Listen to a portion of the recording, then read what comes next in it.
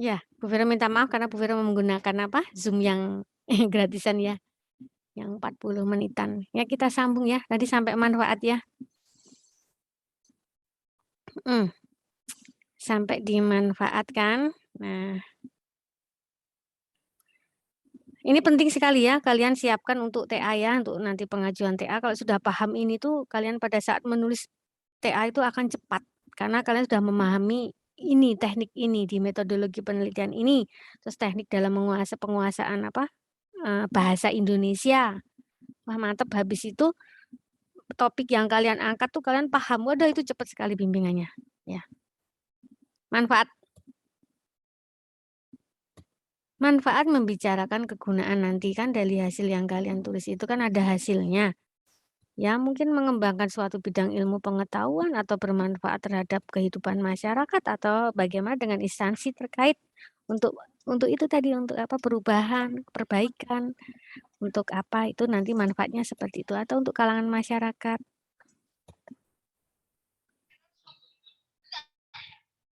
Gitu. Nah, sekarang apa ini? Metodologi penelitian, metode deskriptif dan metode. Kalau kerangka teoritis udah ya.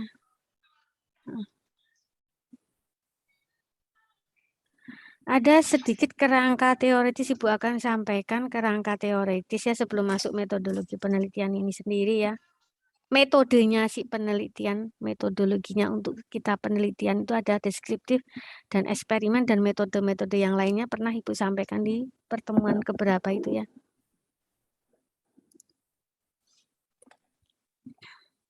Terkadang sebagai, nah ini, kajian pustaka atau landasan teori ini Ibu sempat dengan apa beberapa mahasiswa kan berdebat, bukan berdebat ya, diskusi dengan ini ya, antara kajian pustaka dan landasan teori. Jadi bagian ini mengidentifikasi dan mengkaji berbagai teori relevan, ini yang landasan teori ya. Kalau yang kajian pustaka itu masuknya ke tinjauan pustaka. Jadi tinjauan pustaka dan landasan teori. Tinjauan pustaka tadi nanti isinya adalah di situ adalah mengkaji peneliti-peneliti terdahulu yang relevan dengan penelitian kalian, dengan topik penelitian kalian, dan juga nanti adalah keaslian penelitian dari topik kalian dibandingkan dengan peneliti terdahulu. Intinya seperti itu masuknya ke kajian pustaka, tinjauan pustaka. Jadi tinjauan pustaka isinya kajian pustaka. Kajian pustaka itu isinya itu tadi. Substansi dari kajian pustaka adalah peneliti terdahulu yang relevan dengan topik kalian dan keaslian penelitian dari kalian atau penelitian kalian, topik kalian itu ciri khasnya apa, perbedaannya apa dengan peneliti terdahulu. Kalau landasan teori, isinya itu tentang berbagai teori, mengkaji berbagai teori, konsep, rumus yang terkait dengan topik yang kalian angkat atau kalian bahas.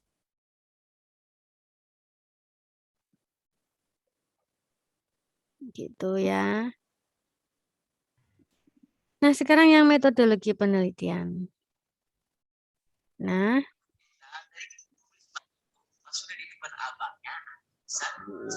siapa ini? Asmawati ya. Dimatiin dulu. Apa di mute? Apa ya di unmute? Apa di mute? Di mute. Di mute dulu. Ibu lanjutin dulu ya. Yuk. Metodologi penelitian. Desain atau metode penelitian yang akan digunakan harus memaparkan pendekatan penelitian secara menyeluruh. Jangan lupa berbagai langkah praktis yang akan ditempuh untuk menjawab pertanyaan penelitian nanti yang akan dibuat. Jelaskan satu persatu bagian dari metode yang disesuaikan dengan konteks penelitian.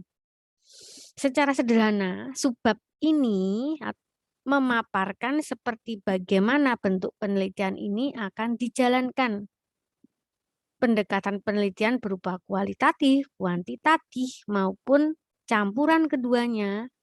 Atau apa kemarin yang Bu Vero di topik berarti kual-kuan ya, kuan-kual apa kual-kuan gitu. Kombinasi antara kualitatif dan kuantitatif, sebutannya kual-kuan. Pertemuan keberapa itu ya, video berapa ya, lupa ya. Adapun jenis penelitian bisa dipilih sesuai pengambilan data dan konteks pembahasan nantinya yang akan ditulis, seperti deskriptif, apa tuh yang topik yang dulu ya, korelasional, komparasi, studi kasus, fenomenologi, etnografi, dan masih banyak lagi ya ketika itu. Nah, juga nanti terkait dengan lokasi penelitian, waktu penelitian, sumber data, teknik pengambilan data, dan teknik analisis data. Juga di metodologi penelitian atau metode penelitian ini bakal mencantumkan prosedur atau urutan penelitian ya.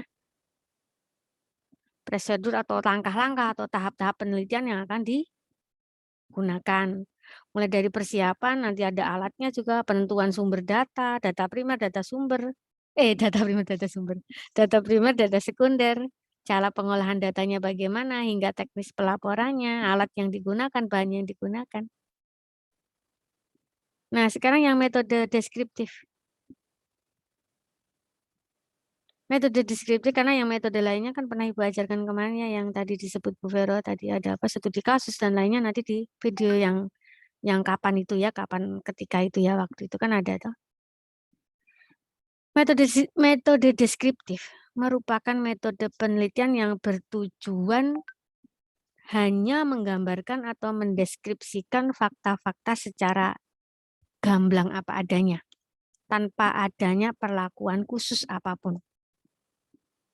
Data yang dimaksud dapat berupa fakta yang bersifat kuantitatif. Statistik itu biasanya masuk, ataupun fakta kualitatif. Kayak itu juga masuk deskriptif ya. Apa? Statistik, jadi uji ya, uji. Nanti menggunakan kuesioner itu masuk ke sini. Yang satu eksperimen. Di metode eksperimen, ini tujuannya untuk memperoleh gambaran atas suatu gejala setelah mendapatkan perlakuan. Artinya begini, terdapat percobaan yang dilakukan dalam metode ini, kemudian dipaparkan hasilnya dalam laporan penelitian. Kita sukanya lebih menggunakan ke metode yang deskriptif.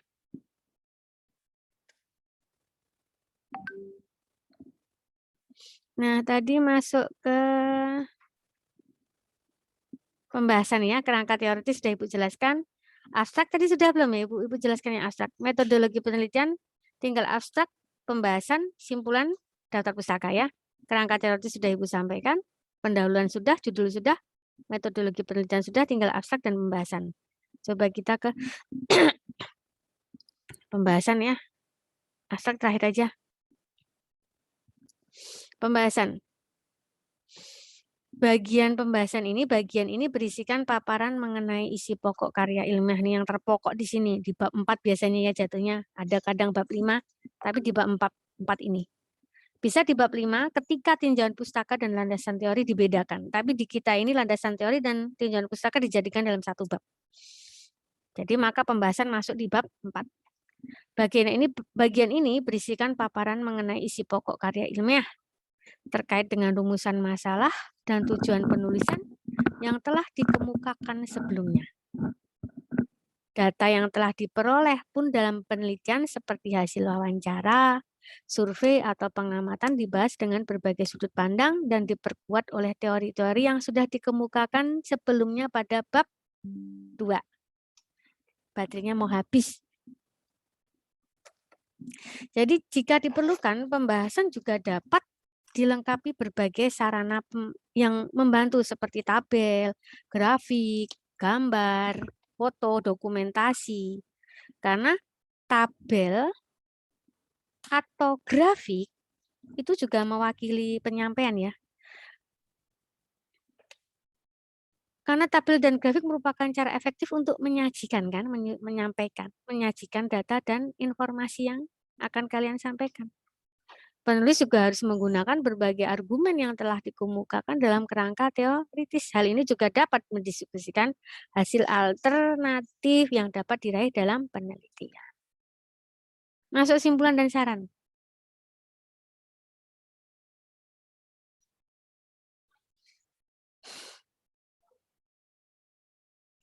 Kita masih dipakainya kesimpulan dan saran ya. Di sini istilahnya simpulan dan saran. Adalah pemaknaan kembali atau sintesis gabungan dari seluruh unsur penulisan karya terdepan tadi digabungkan di sini di simpulan ini. Jadi oleh karena itu perlu diuraikan kembali secara ringkas pernyataan-pernyataan pokok dalam kerangka pikir yang mengarah pada simpulan. Kemudian dilakukan kajian terpadu dengan meletakkan unsur-unsur penelitian secara menyeluruh terhadap apa yang dihasilkan dari pembahasan dengan dasar teori di bab 2, di landasan teori tadi, dengan berdasarkan awalnya adalah latar belakang, akhirnya terdapatlah simpulan. Setelah ini peneliti harus menganalisis dan menyimpulkan berbagai implikasi ya di sini tadi ditimbulkan oleh simpulan ini. Kemudian setelah itu kan memberikan saran bersifat praktis mungkin terhadap permasalahannya langsung atau kepada peneliti selanjutnya. Dituangkan di saran, bisa direkomendasikan setelah simpulan dari penelitian telah diketahui. Di daftar pustaka anak-anak. Nanti di daftar pustaka itu akan memuat, monggo ngatas-atas ya Mas. Di daftar pustaka memuat semua kepustakaan yang dipakai di bab 2-nya di landasan teori ya. Jangan ada tiba-tiba di landasan teori tidak ada, di daftar pustaka ada atau kebalikan begitu tidak bisa. Jadi memuat semua kepustakaan yang digunakan sebagai landasan teori dalam karya ilmiah yang terdapat dari sumber tertulis baik itu berupa buku, artikel, jurnal, karya ilmiah, dokumen resmi atau bahkan sekarang ada web pun bisa ya, sumber-sumber lain dari internet itu juga bisa dimasukkan. Kemudian format penulisan daftar pustaka pun disusun berurutan secara alfabetis A, B, C, D, urut A, B, C, D. Huruf pertamanya A, B, C, D. Kalau A-nya semua ada banyak, Bu, A-nya ada lebih, kita cari di huruf keduanya. Urut dari mudah, urut. Ternyata huruf keduanya sama semua, Bu Vero, ya masuk di huruf ketiganya, begitu. Tidak perlu menggunakan nomor urut, tidak perlu ada angka 1, 2, 3 gitu, tidak perlu. Sumber tertulis yang memerlukan tempat lebih dari satu baris ya. Kadang kan buku Ibu sering bilang toh, menulis daftar pustaka kalau lebih dari satu buku itu diketiknya lebih dari satu baris, maka baris kedua dan ketiga ditulis agak menjorok. Seperti alinea. Kalau pas baris pertama mepet margin, tapi baris kedua dan ketiga, 4, 5, dan seterusnya menjorok seperti alinea, sekitar 1,5 cm. Kemudian nanti dari buku satu ke buku lain itu diberi enter 1 kali. Nah gitu ya, enter 1 kali. Terus biasanya spasinya 1. Gitu ya. Kemudian susunan penulis daftar pustaka nih ya, secara umum ya, nanti kan ada model-model penyajian daftar pustaka, artikel juga berbeda dengan jurnal, artikel jurnal dengan buku, maka umumnya menulis itu adalah pertama daftar pustaka ya, nyusunnya. Pertama adalah menulis nama penulisnya, dan disusunnya terbalik. Biasanya misalnya Bu Vero nih, Veronica Diana Anis Anggorawati. Ini yang ditulis sebagai penulisnya, Bu Vero itu sebagai penulis, tapi dicantumkan namanya adalah Anggorawatinya dulu. Anggorowati, terus Veronica Diana Anisnya disingkat. Jadi Anggorowati, VDA, tahunnya. Kapan? Tahun terbit. Terus baru judulnya. Berarti kota terbitnya. Berarti penerbitnya. Biasanya penerbit dulu baru kotanya. Begitu. Gitu. Tapi kalau abstrak ya. Abstrak itu nanti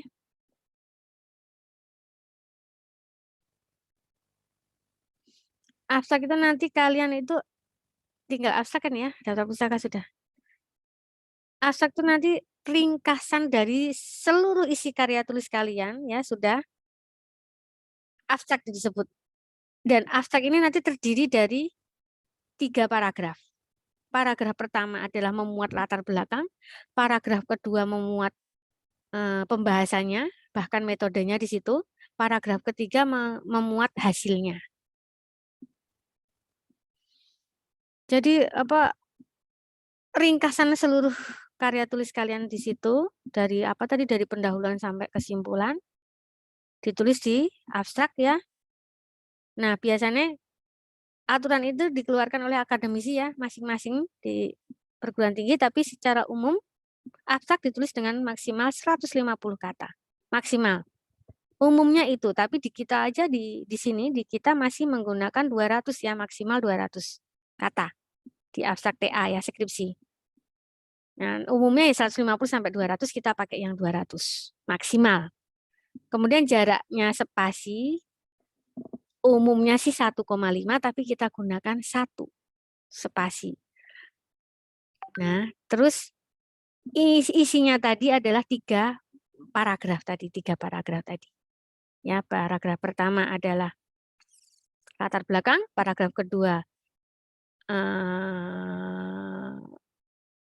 pembahasan dan metodenya, ya, analisa pembahasan dan metodenya, bab ketiganya hasilnya. Terus kemudian nanti ada kata kuncinya, atau keywords-nya. Kata kuncinya maksimal 5, minimal 3. Maksimal 5, minimal 3 di kita ya. Maksimal umum juga maksimal 5. Itu. Terus ada abstrak yang berbahasa Inggris juga, sama ketentuannya, hanya bahasanya bahasa Inggris. Ya, Ibu rasa seperti itu dulu. Ada pertanyaan anak-anak? Ini daftar pustaka tadi ya, disusun balik seperti ini. Apalagi cara membuat proposal penelitian belum nyampe. Ya, masih ada ya. Ya. Cara membuat proposal penelitian ya. Nih, penting. Kalian kan masih setiap mau TA kan pasti ada TA1, proposal kan, itu TA1. Menemukan tema penelitian terdahulu, topik yang kalian minati. Tolong itu ya sekali lagi, yang kalian minati. Judul itu disampaikan ke dosen pembimbing. Beberapa alternatif judul yang kalian minati. Nanti diskusikan ke dosen. Jangan menanyakan ke dosen judul apa. Lebih baiknya adalah punya sendiri beberapa alternatif, baru disampaikan ke dosen untuk didiskusikan. Atau nanti ditambah kurang oleh dosen pembimbing.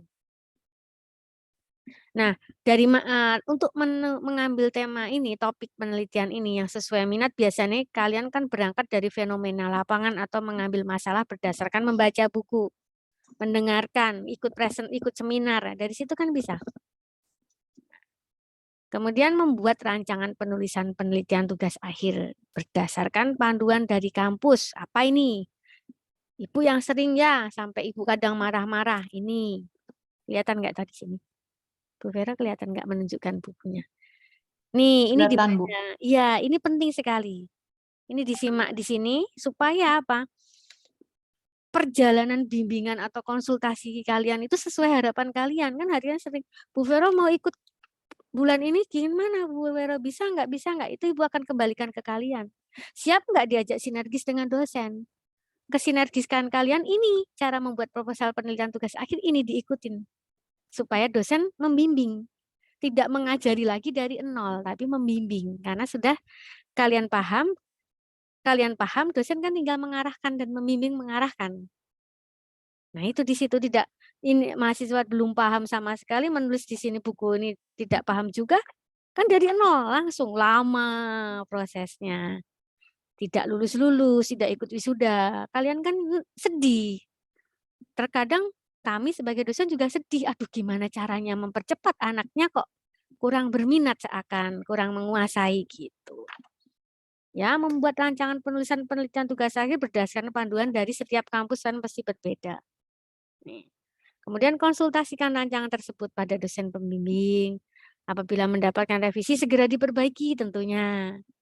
Kemudian proposal penelitian tugas akhir yang sudah disetujui dapat diteruskan dengan penyusunan isi. Kalau di kita kan TA1 itu kan proposal ya, sudah disetujui ya masuk sidang TA. Sidang TA1. Sidang TA1 ada revisi ya segera diperbaiki, siapa tahu terkait dengan pengambilan data untuk menuju sidang TA2. Perbaiki dulu sampai dapat ACC di lembar pengesahan oleh kami, baru masuk ke pencarian data, pengumpulan data. Tuh ya. Nah, pengambilan data penelitian dari studi literatur atau dengan melakukan penelitian lapangan silahkan setelah di okein, disahkan sidang TA1 kalian dengan lembar pengesahan, halaman pengesahan dari tanda tangan kami itu. Oke, nah baru masuk ke pengambilan data. Nanti ada sidangnya lagi TA2, ada revisinya, ya diperbaiki revisinya. Ya sudah masuk yudisium, kan begitu. Itu cara membuat proposal penelitian sampai tugas akhir ya tentunya di kita. Apalagi ya?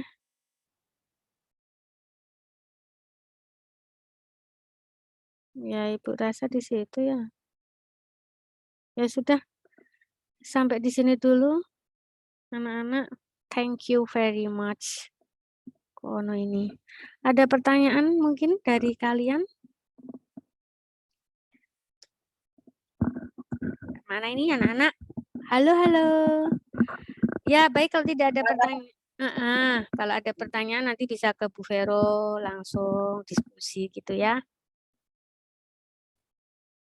Ya, bisa Ya. bisa di apa anak-anak bisa disimak di video nanti ya Ibu upload di Elinas ya. Tapi kalau materi berbentuk apa slide-nya ini berbentuk PDF sudah Ibu sampaikan di Elinas ya? Ya, Bu. Ya sudah. Berarti Ibu tutup sampai di sini dulu nih teman-teman dosen yang lain sudah kondur semua, udah pulang semua, udah saatnya pulang karena ini udah hampir jam 5 ya. Ibu pamit pulang juga. Berarti kita tutup sampai di sini dulu ya. Mana Ya, Bu. wajahnya nggak kelihatan semua. Ya, Baik. Bu. Wah, ya udah. Ya baiklah kalau begitu. Jaga kesehatan kalian. Ibu tutup sampai di sini. Ya persiapan untuk ini apa ini? Metodologi penelitian masih ada kuliah lagi ya. Nanti video berikutnya, maksudnya materi berikutnya ada di perkuliahan lagi hari apa ini?